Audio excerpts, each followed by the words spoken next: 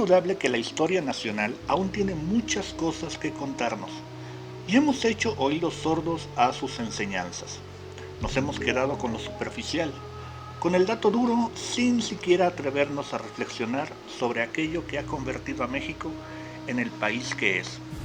Por regla general, la asignatura de historia en las escuelas primarias, que debo mencionar, en mis tiempos se llamaba Ciencias Sociales y abarcaba más allá de la historia, toda una gama de conocimientos acerca de México, sus costumbres, sus tradiciones, etc.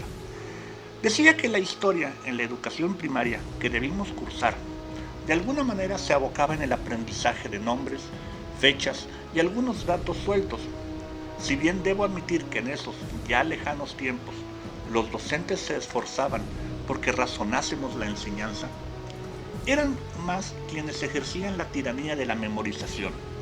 Pasar el examen era saberse más bien que el 21 de marzo de 1806 había nacido Benito Juárez en San Pablo Guelatao, Oaxaca, antes que analizar o reconocer su impacto en la historia.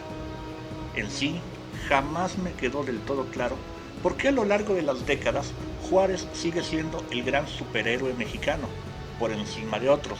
En fin, en esta ocasión soslayaré a Juárez para concentrarme en algo más importante que él, México. Independientemente de que creamos, y sí, escogí bien el término creer, la creencia, recordemos, es considerar como válido todo aquello que no exija pruebas de su certeza. Repito, pese a que creamos que nuestro país nació hace 10.000 años, lo cierto es que el México moderno ha cumplido poco más de 200. Vamos, y si nos ponemos muy estrictos, diríamos que el actual México comienza a gestarse en 1808 o en 1810, según usted lo considere. Con el pasar de los años, sin embargo, México ha visto enfrentarse dos fuerzas opositoras, dos energías que se contraponen y que, acaso sin darse cuenta las mismas, han ido generando el país que hoy somos. Me refiero a dos potencias que empujan y jalan al unísono a México.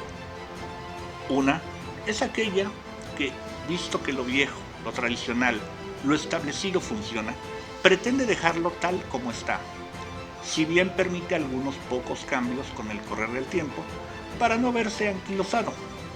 Antiguamente se les llamaba monarquistas, después conservadores, luego libertarios y otra vez conservadores.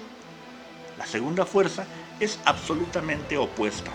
Pretende cambiarlo todo de golpe y porrazo, transformarlo todo y, como el gato pardo de Lampedusa, al final dejarlo todo como está. Algunos cuantos de sus miembros sí quieren transformar desde el origen y reescribir la historia a su modo. Son los republicanos, luego liberales, más tarde revolucionarios, y por último los conocemos de forma muy despectiva. Pocas personas se han dado cuenta que desde 1821 y hasta hoy sí que ha cambiado México. México nació como imperio, quizás porque la visión y la creencia de ese momento no permitía percibir algo más que una monarquía como la panacea gubernativa. ¿Acaso se creía que el hecho de que alguien usase la corona bastaba para que los mexicanos lo respetasen? Estaban acostumbrados a ser súbditos, aunque el monarca viviera lejos, ya sea en Toledo o en Madrid. 300 años de dominio europeo enseñaron al americano a ser sumiso. Eso no cambió en nada y no ha cambiado en 200 años. En pocos meses, las fuerzas militares rechazaron el imperio, por comodidad o por experimentar algo nuevo. Casi ningún mexicano se levantó a defender a ese sueño imperial que tendría su muerte definitiva en Padilla, Tamaulipas, en 1824. Tras varios meses de discusión, se optó por la República, aunque faltaba definir si sería una copia calca de la de Estados Unidos, federalista y democrática, o bien como la de Colombia, centralista y demagógica. Pasaron varias décadas antes de decidirse. Se perdieron millones de kilómetros cuadrados de territorio, se cayó en bancarrota, se declaró estado fallido, se corrompieron las instituciones y líderes carismáticos, pero sin nada de cerebro, aunque aparentemente bien intencionados. Todos ellos surgieron por doquier. Entre 1824 y 1857, en 33 años, se sucedieron 49 periodos presidenciales, algunos de unos meses y otros de varios días o hasta de horas. Fueron 33 años de caos, aunque hay que decirlo, ningún presidente murió en el ejercicio de su cargo, un mito que aprovecho para desmentir, por cierto. Al caos gubernativo sucedió un periodo más o menos tormentoso. Sobrevino una constitución, la de 1857, primer intento serio de México por crearse una ley que tuviese su personalidad propia. Su presencia desató una nueva revuelta, guerra civil que habría de prolongarse por 3 años, dejando al país al borde de ser engullido por sí mismo. Tirios y troyanos, es decir, liberales y conservadores, desataron su furia y cada quien impuso su propio gobierno, habiendo 2 de estos al unísono. No ganó quien debía de haber ganado, solo ganó el menos peor. Poco duró el gusto, debiéndose enfrentar a una nueva invasión de una potencia europea que con apoyo de grupos ultramontanos, los más rancios y medievales intereses conservadores, intentaron imponer una monarquía que les resultó más liberal y moderna de lo que ellos creían. Por eso le dieron la espalda. A finales del siglo XIX y 2 revoluciones después, México alcanzó la paz finalmente. Si bien una paz sostenida con alfileres y sustentada en el positivismo y en el progreso material, pero con graves carencias en lo social, las fortunas de muchos mejoraron y el país se industrializó, con, sin y a pesar del gobierno que cada 4 años se reelegía. Muchos consideramos que ese fue el mejor periodo de la historia de México. Otros decimos que fue el peor. La historia está repleta de interpretaciones. Bonanza o injusticia, industrialización o empobrecimiento, gobernanza o dictadura. Lo cierto es que esos 30 años ayudaron a México a formarse tal cual es hoy. El empecinamiento por la perpetuidad, no de un solo hombre, sino de todo un sistema anquilosado, orillaron a los más jóvenes, que también ansiaban gobernar el país con ideas más frescas y novedosas, a levantarse en armas, desatando una serie de levantamientos que se perpetuarían los siguientes 30 años. La Gran Revolución la provocó el gran dictador, es cierto, pero la continuaron con más crueldad y saña, matándose unos a otros, los caudillos que fueron surgiendo, especialmente del norte del país. Irónicamente, la revolución no hubiera podido hacerse sin las líneas férreas que el porfiriato crearía. No deja de tener su gracia. Con todo, habría un avance. Nació o se creó una nueva generación de intelectuales, de artistas, de políticos.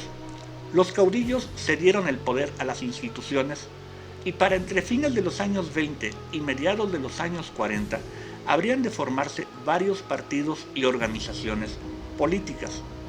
Los sindicatos y las centrales obreras crecieron en poder y, aunque en algunos casos aún habría personalismo, la percepción del país fue que éste se sentiría seguro en tanto se salvaguardaban las instituciones políticas y gubernativas.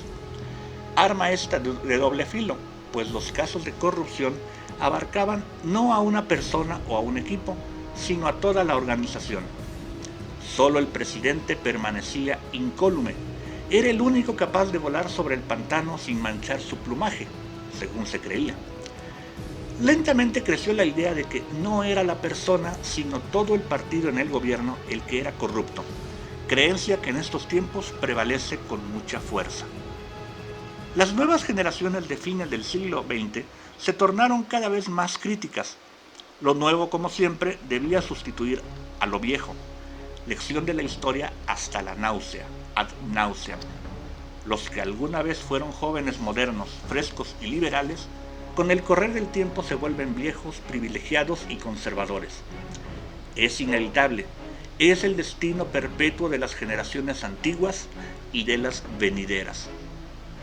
El fin de la Guerra Fría, que había logrado mantener una especie de equilibrio mundial entre las dos superpotencias contrapuestas en ideología, la caída del muro de Berlín y el colapso de la Unión Soviética y por ende de la idea del socialismo como opción viable, ¿Acaso influirían en México para lo porvenir? El mundo viejo, el de la posguerra, estaba colapsando y era necesario entonces cambiar el país antes de que se pudiera venir algo peor. Entiéndase, una nueva revolución. El gatopardismo nuevamente apareció. Fijamos que todo cambia para que nada cambie. No obstante, algo entró en la ecuación, algo que no estaba previsto: la ciudadanía. El mexicano dejó de ser esa masa amorfa, enorme y despersonalizada llamada pueblo y quiso ser ciudadano. Creó nuevas instituciones y modificó las ya existentes. Fue un triunfo de los ciudadanos mexicanos. Sin embargo, como en toda historia, hay siempre un villano. En este caso, los partidos políticos. En efecto, los partidos políticos buscaron, y en gran medida lograron, capitalizar el descontento. Todo habría de cambiar excepto ellos. Entre más grande el partido, más oportunidad tendría. Solo habría que pactar algo llamado alternancia. De repente, dejamos que gane otro. Disputa de plazas, descalificaciones mutuas, acusaciones de fraude. El ambiente se enrarece. Solo hay democracia si gano yo. Algo que aprovecha y capitaliza el nuevo caudillo, el intransigente, el necio, el que navega con bandera de líder social y que logra que el pueblo se identifique con él. No solo busca desciudadanizar a México, quiere que vuelva a ser pueblo. Todos. Porque el pueblo, como en el pasado, es dócil y vive a la expectativa, acostumbrado a las crisis y sobre todo acostumbrado a que el líder, el caudillo, les solucione todo. A unos les hace creer que es demócrata, a otros les hace creer que es socialista, a los más que es republicano y unos cuantos más lo consideran reencarnación del Mesías. No bromeo.